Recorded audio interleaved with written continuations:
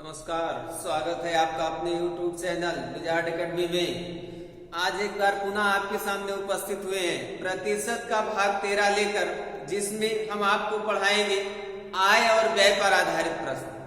आय व्यय पर आधारित प्रश्न, और इस टाइप को इसलिए हम लेकर आपके सामने उपस्थित हुए हैं क्योंकि हमने आपको प्रतिशत के प्रारंभ में ही बता दिया था कि आय वाले फार्मूले से आपका 40% प्रश्न हल होगा। तो इसलिए ईमानदारी के साथ अभी तक आपने 40% नहीं पाया होगा, इसलिए आय वाले फार्मूले का आज फिर से प्रयोग करेंगे और आय और व्यय पर आधारित प्रश्न को हल करेंगे। ठीक, तो भाग 13 आपके सामने है और पहले प्रश्न की चर्चा की जाए। आइए देखते हैं पहला प्रश्न क्या है। पहला प्रश्न है आपके सामने, एक व्यक्ति अपनी आय का 10% पेट्रोल पर, 15% मनोरंजन पर, 15% बच्चों की शिक्षा पर, 20% घरेलू मद पर और 23% मकान के किराए पर खर्च करता है। यदि उसके पास 800 रुपए शेष बचे हो तो व्यक्ति की कुल आय ज्ञात कीजिए। ध्यान देंगे, प्रश्न है एक व्यक्ति अपनी आय का 10% पेट्रोल पर, 15% मनोरंजन पर, 15% बच्चों को पढ़ाई करने के लिए और 20% घरेलू खर्च पर तथा 23% मकान का किराया देता है।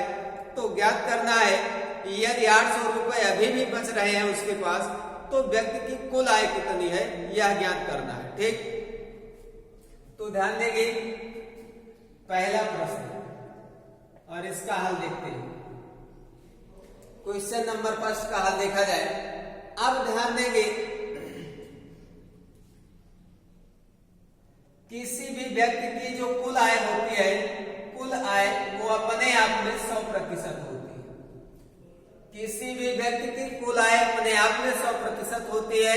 ये हमने अभी तक नहीं, ये पिछली क्लास में हमने अनुपात और पृष्ठत में जब संबंध देखा तो उसमें भी हमने देखा था। ठीक, व्यक्ति की कुल आय 100% के बराबर होती है। आइए देखते हैं व्यक्ति का कुल खर्च कितना है। कुल खर्च प्रतिशत। अब ध्यान देंगे 10% खर्चा किया, उसके बाद 15% खर्चा किया, ये प्रश्न में है। ठीक, फिर उसके बाद देखें तो फिर से 15% खर्चा किया और फिर उसके बाद देखें तो 20% खर्चा किया और फिर उसके बाद देखें तो फिर 23% खर्चा किया। ठीक, 10%, 15%, फिर 15%, फिर 20%, उसके बाद 23% खर्चा किया। ठीक, थोड़ा सा जगह को मैनेज करना है। ठीक, क्वेश्चन के अंदर चला जा रहा है, क्वेश्चन शीट के अंदर हल चला जा रहा है, तो थोड़ा सा ध्यान देंगे। कुल खर्च प्रतिशत। ठीक, कुल खर्च प्रतिशत इक्वल 10% प्लस 15% प्लस का 15% है, प्लस का 20% है और प्लस का 23% है। ये आपके प्रश्न में टोटल वैल्यू दी गई है। ठीक, तो प्रश्न में जो टोटल वैल्यू दी गई है इसी के आधार पर यदि हम देखें तो कुल खर्च प्रतिशत जो है 10 प्लस 15 यानी 15 15 23, 30 10 40, 40 20 60 और 60 30 90। इस प्रकार से कुल मिलाकर खर्च का प्रतिशत देखा जाए तो कितना खर्चा हुआ, 90% खर्च हुआ। ठीक, तो व्यक्ति द्वारा जब 90% खर्च किया गया तो हमने आपको बताया किसी भी व्यक्ति की कुल आय 100% होती है। इस प्रकार से जब यह 100% होगी जिसमें से 90% खर्च कर दिया तो बचत कितने की होगी इसकी भी गणना कर सकते हैं। अब यहां से जब हम बचत प्रतिशत की गणना करेंगे तो 100% व्यक्ति की आय है जिसमें से 90% खर्च कर दिया, यानी बचत कितने की हुई, 10% की बचत हो गई। ठीक, व्यक्ति की कुल आय 100% जिसमें से 90% खर्चा कर दिया, यानी बचा कितना, 10%। अब यहां से देखें तो व्यक्ति की बचत जो है उसका भी मान दिया गया। बचत कितने की है, 800 रुपए की। इस प्रकार से बचत प्रतिशत 10% है, बचत रुपए में देखा जाए तो 800 रुपए है, तो यह भी बचत है और यह भी बचत है, इसलिए दोनों बचत आपस में बराबर होगी। तो जब दोनों बचत आपस में बराबर होगी तो पहले बचत की वैल्यू 10% है और दूसरे बचत की वैल्यू 800 रुपए। पहले बचत की वैल्यू 10% और दूसरे बचत की वैल्यू 800 रुपए, ये दोनों बचत आपस में बराबर हो गए। अब यहाँ से जब 1% की गणना करेंगे तो 1 शून्य से 1 शून्य कट जाएगा और 1% का मान 80 हो जाएगा। ध्यान देंगे, बराबर की स्थिति में सामने सामने भाग होता है। 1 शून्य से 1 शून्य कट गया, 1% की वैल्यू 80 हो गई। तो अभी हमने पिछली वाले वीडियो में चुनाव पर आधारित प्रश्न देखा, तो 1% की वैल्यू में जब हम 100 से गुणा कर देंगे तो व्यक्ति की कुल आय मिल जाएगी। 1% की वैल्यू में जब हम 100 से गुणा कर देंगे तो व्यक्ति की कुल आय मिल जाएगी। तो 1% का मान 80 है और 80 में जब 100 से गुणा करेंगे तो व्यक्ति की कुल आय पर पहुंचेंगे। तो 80 गुणे 100 हो जाएगा 8000 रुपए। इस प्रकार से आप कह सकते हो कि व्यक्ति की कुल आय कितना है, 8000 रुपए। ठीक, इस प्रकार से ध्यान देंगे, जितना खर्च प्रतिशत है सबको जोड़ेंगे, कुल आय से जब घटाएंगे तो हमें यह मिलेगा कि कितना प्रतिशत उसकी बचत है, और जितना प्रतिशत उसकी बचत होगी और जितना रुपए की बचत करेगा दोनों आपस में बराबर हो जाएगा। तो जब दोनों आपस में बराबर होगा तो उसको हम 1% पर ले जाएंगे और 1% की वैल्यू में जब हम 100 से गुणा करेंगे तो व्यक्ति की संपूर्ण आय ज्ञात हो जाएगी, कुल आय ज्ञात हो जाएगी। ठीक, तो इस प्रकार से व्यक्ति की कुल आय इस प्रश्न में 8000 रुपए ज्ञात हो जाएगी। चलिए अगले प्रश्न पर चलते हैं। क्वेश्चन नंबर 2 पर पहुंचते हैं। ठीक, अब इसको बार बार ध्यान देना है कि कुल खर्च प्रतिशत को कुल आय प्रतिशत से घटाएंगे तो हमें बचत प्रतिशत मिल जाएगा, बचत प्रतिशत ज्ञात होगा। अगला प्रश्न क्वेश्चन नंबर 2 आपके सामने होगा। क्वेश्चन नंबर 2 है, एक व्यक्ति अपनी आय का 10% बच्चों की शिक्षा पर खर्च करता है। एक व्यक्ति अपनी आय का 10% बच्चों की शिक्षा पर खर्च करता है, 20% पेट्रोल पर खर्च करता है, 10% घरेलू मद पर खर्च करता है और 20% मकान के किराए पर खर्च करता है। इसके बाद उसके पास 2400 रुपए शेष बचते हैं। तो व्यक्ति की कुल आय क्या है? ध्यान देंगे, 10% शिक्षा पर, 20% पेट्रोल पर, पुनः 10% घरेलू खर्च पर और 20% मकान का किराया देता है। यदि 2400 रुपए अभी भी उसके पास शेष बचे हैं तो व्यक्ति कितना रुपए कमाता है यह ज्ञात करना है। ठीक, तो आइए देखते हैं कुल खर्च प्रतिशत क्या है। तो 10% प्लस 20% प्लस का 10% और उसके बाद प्लस का 20% और इस प्रकार से यदि कुल खर्च प्रतिशत देखा जाए तो 20 10 23 23 10 40 40 20 60 हो जाएगा। तो व्यक्ति द्वारा कुल खर्च प्रतिशत की यदि गणना की जाए तो व्यक्ति कितना खर्चा किया? 60% व्यक्ति द्वारा खर्च किया जा रहा है। तो जब 60% खर्च हो गया तो बचत प्रतिशत भी मिल सकता है। 100% कमाता है जिसमें से 60% खर्च कर देता है, यानी बचा कितना? 40%। तो जब 40% बच गया, इस प्रकार से जब हम देखें तो बचत कितने की है? बचत प्रतिशत 40 हो गया और बचत रुपया देखा जाए तो 2400 रुपए की बचत कर रहा है। ये आपका प्रश्न रहेगा। 2400 रुपए व्यक्ति द्वारा बचाया जाता है। तो बचत प्रतिशत का मान 40% है और बचत रुपए की गणना की जाए तो इस प्रकार से 2400 रुपए की बचत है। तो यह भी बचत है और यह भी बचत है, तो ये दोनों आपस में बराबर होंगे। तो इस प्रकार से हम कह सकते हैं कि 40% बराबर 2400 रुपए हो जाए। 40% बराबर 2400 रुपए। फिर उसके बाद यदि देखा जाए तो 1% की गणना करेंगे, 1 शून्य से 1 शून्य कैंसिल हो जाएगा। तो जब 1 शून्य से 1 शून्य कैंसिल होगा तो फिर इसके बाद हम देखेंगे तो 4 से जब 24 में भाग देंगे तो 1% बराबर हो जाएगा 4 से 24 यानी 60 हो जाएगा। तो 1% की वैल्यू जब 60 हो जाएगी तो हमने आपको बताया कुल आय ज्ञात करने के लिए हम 100 से गुणा कर देंगे। तो कुल आय हमारी 100% के बराबर होती है, इसलिए हम 60 में गुणा करेंगे 100 से, ये हो जाएगा इस प्रकार से 6000 रुपए। तो व्यक्ति की कुल आय कितना हो जाएगी? 6000 रुपए। ठीक, तो इस प्रकार से दूसरे प्रश्न में व्यक्ति की कुल आय कितना ज्ञात हुए, 6000 रुपए ज्ञात हुए। आइए तीसरे प्रश्न पर चलते हैं। क्वेश्चन नंबर 3, ध्यान देंगे क्वेश्चन नंबर 3 जो है, क्वेश्चन नंबर पहले और दूसरे से थोड़ा हट के है, आपके सामने लिखा हुआ है, इसीलिए उसमें टाइप भी बदल दिया गया है। क्वेश्चन नंबर 3 टाइप नंबर 2 का प्रश्न है, इस बात को ध्यान रखेंगे, ठीक। टाइप 2 का प्रश्न है। क्वेश्चन आपके सामने है, प्रश्न है, एक व्यक्ति अपनी आय का 10% सिलाई पर खर्च करता है, शेष का 20% मकान के किराए पर खर्च करता है। यदि उसके पास 4500 रुपए शेष बचते हैं तो व्यक्ति की कुल आय ज्ञात कीजिए। आप ध्यान देंगे क्वेश्चन नंबर पहले और दूसरे से तीसरे में अंतर क्या है, इस बात को ध्यान दीजिए। पहले वाले प्रश्न में आपको किसी भी भाषा में शेष शब्द नहीं मिला था। यदि आप प्रश्न को टैली कराएंगे तो पहले वाले प्रश्न और दूसरे वाले प्रश्न में शेष शब्द कहीं नहीं लगा है, लेकिन तीसरे वाले प्रश्न में शेष शब्द लगा हुआ है। तो जब भी शेष शब्द लगा होगा, अब यहाँ पर हम फिर से आई वाले फार्मूले का प्रयोग करेंगे, ठीक। जब भी हमें शेष शब्द दिखाई देगा, हम आई वाले फार्मूले का प्रयोग करेंगे। तो आई का प्रश्न का फार्मूला होता है 100 प्लस माइनस a/100 गुणे 100 प्लस माइनस b/100 गुणे 100 प्लस माइनस c/100 गुणे डॉट डॉट इक्वल में f। ध्यान देंगे, व्यक्ति जितनी बार खर्च करेगा उतनी बार यह 100 plus minus a plus minus b plus minus c plus minus d ऐसे बढ़ता रहेगा, ठीक।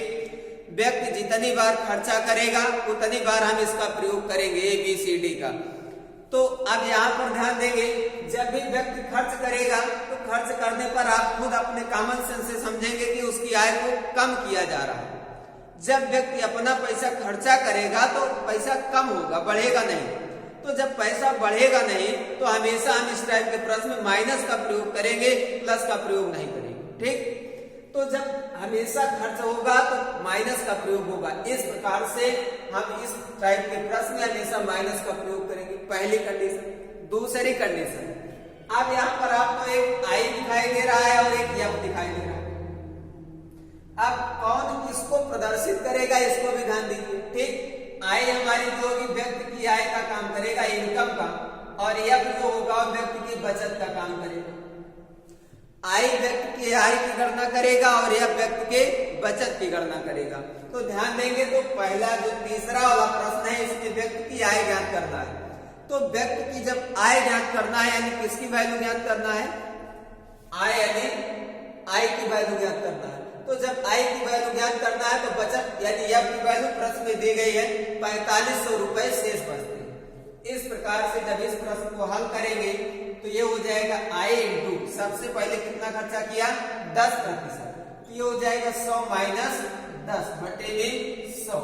फिर उसके बाद देखेंगे व्यक्ति शेष का 20% खर्चा किया, तो ये हो जाएगा 100 माइनस 20 बटे में 100। इस प्रकार से जब 2 बार खर्च किया तो उसके पास 4500 रुपए शेष बचे, 4500।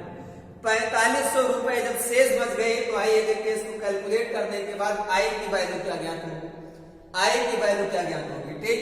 तो ये हो जाएगा आय गुणे 100 माइनस 90 नहीं 10 है, तो 100 माइनस 10 हो जाएगा 90 बटे में 100।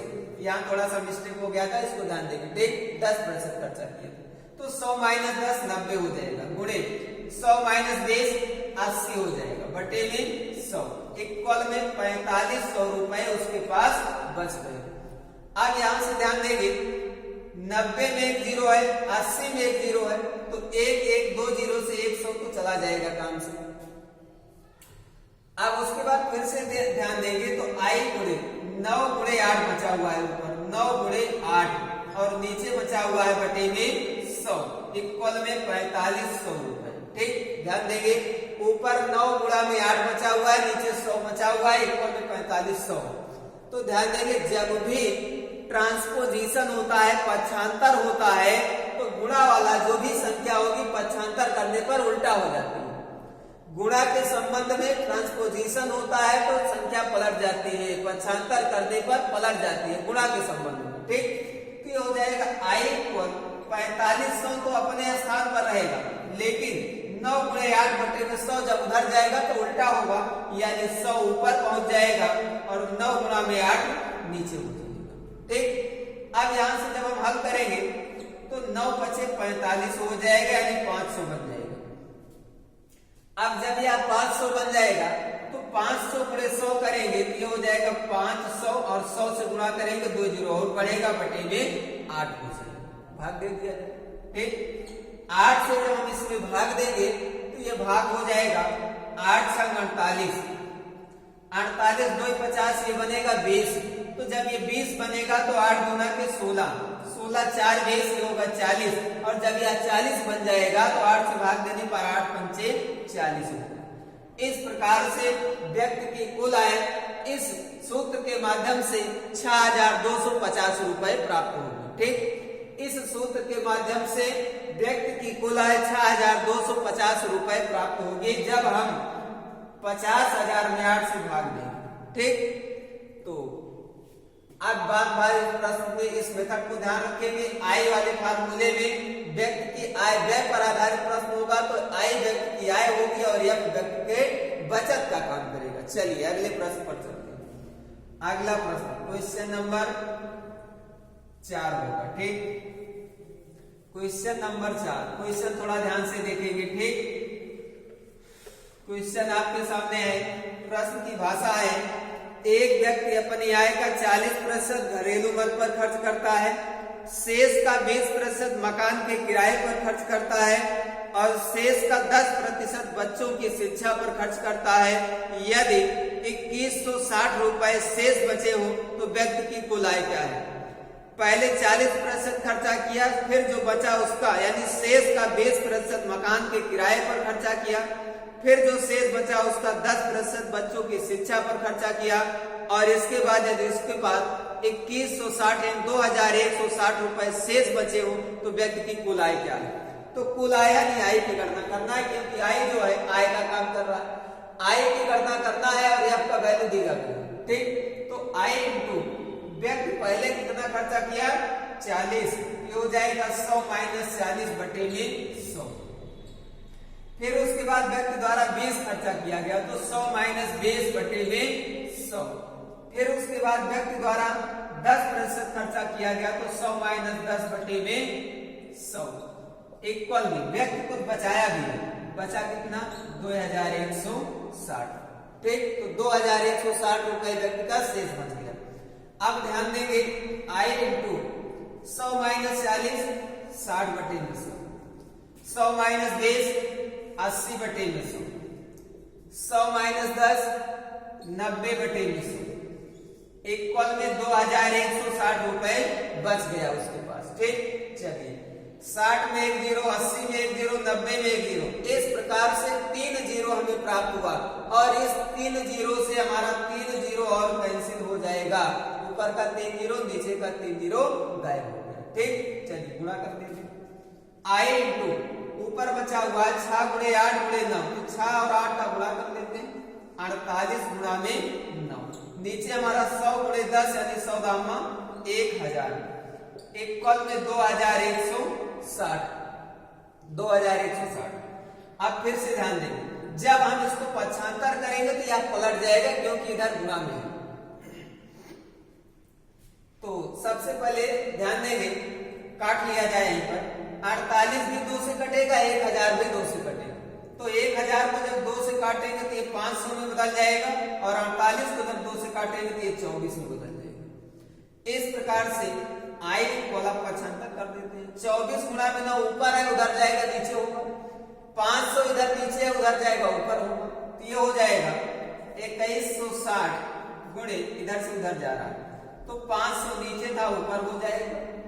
फिर उसके बाद देखेंगे तो 24 गुणे 9 ऊपर था तो नीचे हो जाएगा, तो ये हो जाएगा 24 गुणा में 9, भाग दे दिया जाए तो 9 से यदि हम 2160 में भाग देंगे तो 9 दूनी 18 होगा, 9 दूनी 18 3 21 ये बनेगा 36, 9 चौक 36 यानी 240 बन जाएगा। ठीक, तो जब यह 240 बन जाएगा और फिर उसके बाद 500 बचा हुआ है, बटे में 24 बचा हुआ है।